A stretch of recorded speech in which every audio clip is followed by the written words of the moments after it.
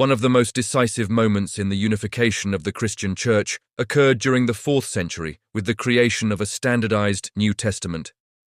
Before this period, Christianity possessed no single, universally accepted set of sacred writings.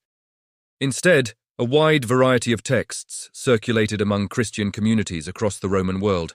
These included the 4 Gospels, Matthew, Mark, Luke, and John, the letters of Paul, and numerous other early Christian works.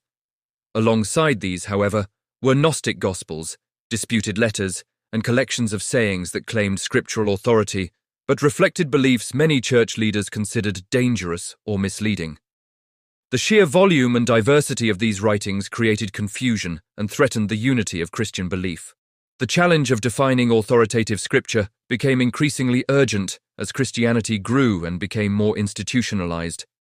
In response, church leaders sought to establish a clear boundary between orthodox and heretical teachings. A crucial step in this process came in 382 CE, when the Bishop of Rome commissioned the scholar Jerome to produce an authoritative Latin translation of Christian scripture. Jerome began by revising the existing Latin versions of the Gospels and the New Testament, completing this work by 384.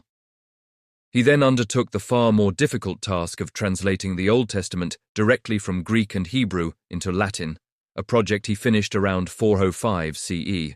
By the time of Jerome's death in 420, his work, known as the Vulgate Bible, had become the official Bible of the Western Church, a status it would retain for centuries and still holds within Roman Catholicism today. The importance of the Vulgate went far beyond translation. Jerome made careful and deliberate decisions about which texts belonged in Scripture.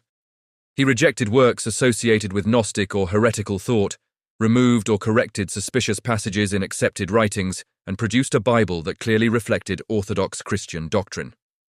The result was a unified, standardized Christian scripture that strengthened the Church's authority and coherence at a moment when political unity in the Western Roman Empire was collapsing.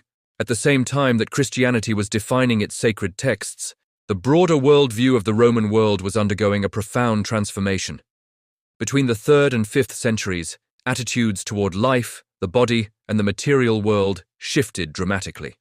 Earlier Romans, particularly during the Republic, had embraced a practical and optimistic outlook. They valued public service, political achievement, law, order, and philosophies such as Stoicism, which emphasized duty, self-discipline, and acceptance of fate. Roman writers like Virgil even celebrated Rome's destiny as eternal. This confidence began to erode during the imperial period.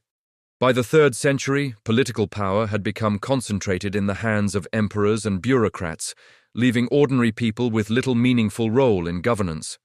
Meanwhile, the empire was battered by a succession of crises: civil wars, foreign invasions, economic instability, and devastating plagues. These upheavals shattered traditional Roman optimism and fostered a growing sense that the material world was unstable, corrupt, and beyond repair. Out of this disillusionment emerged a new way of understanding the universe, shared by pagans and Christians alike. Many people came to believe in a stark division between two realms.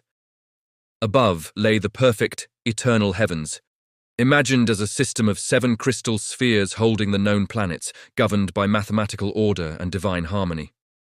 Below was the sublunar world of Earth, seen as chaotic, changing, and deeply flawed, the worst place in the universe to exist. This two-worlds worldview reflected widespread pessimism about earthly life and an increasing focus on the soul, the afterlife, and the hope of spiritual salvation. By the end of the 4th century, these developments had fundamentally reshaped the Christian Church and Western society. Christianity now possessed a unified and authoritative set of scriptures. The Church itself was becoming hierarchical, organized, and international in scope. At the same time, people's priorities were shifting away from worldly success towards spiritual redemption. Together, these changes prepared Christianity to survive the fall of the Western Roman Empire and to emerge as the most powerful institution of the Middle Ages, preserving learning, shaping culture, and defining European life for centuries to come.